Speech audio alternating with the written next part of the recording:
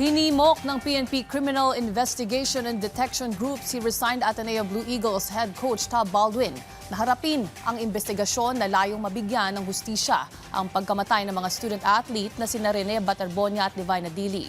Si Baldwin kasi no-show pa rin sa CIDG.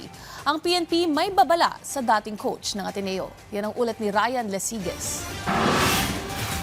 Dalawang direksyon pa rin ang tinutumbok ng isinasagawang investigasyon ng PNP Criminal Investigation and Detection Group. Ito ay ang posibleng biktima ng hazing at homicide, si Rene Baterbonia at Divine Adili. Tugon ito ng PNP CIDG matapos sabihin kahapon ng abogado ng coaching staff na si Reynaldo Jacinto na unintentional, aksidente at walang may gusto sa pagkamatay ni Baterbonia at Adili.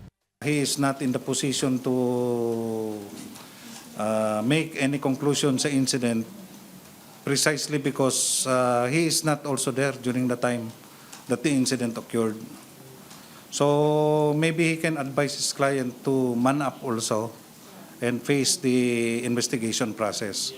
And we will allow him to accompany his client. We will not be denying him that right.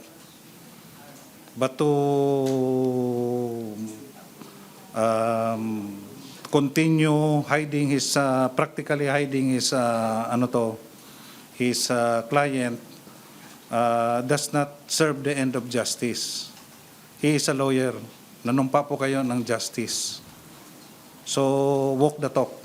Muling magpapadala ng sudpina ang PNP CIDG para kay Ateneo Blue Eagles head coach Tab Baldwin at iba pang coaching staff. Hindi pa rin kasi tumutugon si Baldwin sa patawag ng CIDG. Pero ang pagmamatigas ni Baldwin hindi uubra sa mga otoridad. We will exhaust all available power that the CIDG has been given by the law, including the filing of contempt and obstruction of justice cases against them. May panawagan din ang CIDG sa head coach ng Ateneo Blue Eagles. Man up, be man enough to face the investigation in the interest of justice and equity para doon sa dalawang players which you call as your brother. Because if you're talking about the yung battle cry of Bebop, Band of Brother, if you're a brother, hindi ka tatalikod. So, help us also. Help the family attain justice. Bukod naman kay Baldwin, ipapasudpina na rin ng CIDG ang hawak nito na drone footage ng buong training na isinagawa sa Dipakulaw, Aurora.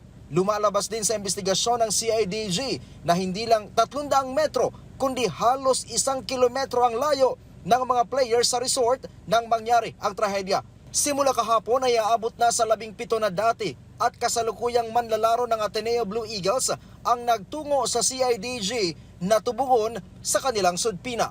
Maraming tanong ang hindi pa nasasagot at hindi pa nabubuo ang larawan sa tunay na nangyari. Ang malinaw lang sa ngayon batay sa investigasyon, hindi maganda ang kondisyon ng dagat nang isagawa ang training at hindi ito ligtas para sa mga hindi bihasa sa paglangoy. At habang inaantay ang buong katotohanan, nananatiling paalala ang insidenteng ito na sa bawat pagsubok sa dagat, hindi sapat ang tapang lamang. Kailangan ding tiyakin ang kaligtasan ng bawat buhay. Mula dito sa Campo Crame, Ryan Lesiges para sa Bayan.